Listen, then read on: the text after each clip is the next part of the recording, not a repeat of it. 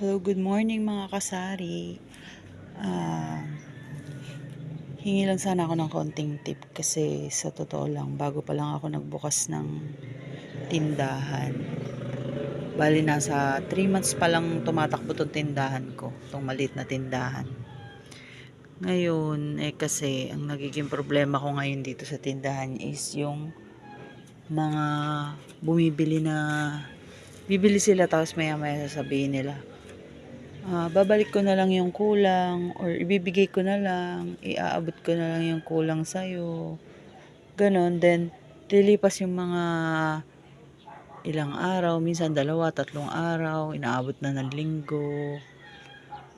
Ang mangyayari is hindi na nila babayaran yung mga kulang-kulang nila na nabibili. Although bariya-bariya lang naman, mga 3 pesos, 5 pesos, 2 pesos.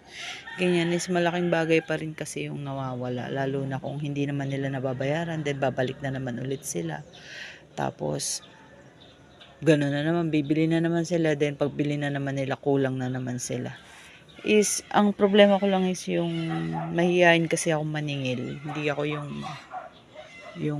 lalo na pag may mga tao kasi na minsan parang nakakahiyang singilin, lalo na yung may mga edad na may hiya kang singilin. Paano ko kaya sila masisingil na hindi ako makaka-offend, 'di ba? Kasi nanghihinayang din naman ako, baka mamaya magalit tapos hindi na rito bumili, 'di ba?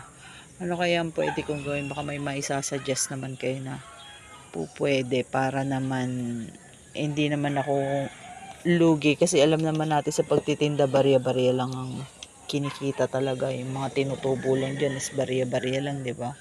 Hindi naman ganun kalaki ang kinikita ko. Siguro kung halimbawa bumenta ako sa isang araw ng 1,000 pesos, ang malinis na kikitain ko lang dun is 100 pesos lang, 10% lang. Kung halimbawa mamuhunan ako ng 1,000 pesos, 100 lang yung nagiging tubo ko doon. Syempre yung pagod ko pa, 'di ba? Kaya kapag halimbawa merong hindi nakabayad sa iyo, mga ganyan, malaking bagay din kasi. Malaki yung nawawala sa akin sa totoo lang. Sana matulungan niyo ako, ano bang pwede kong gawin? Paano ba lumakas ang loob ko para maningil? Ang hirap kasi. Salamat.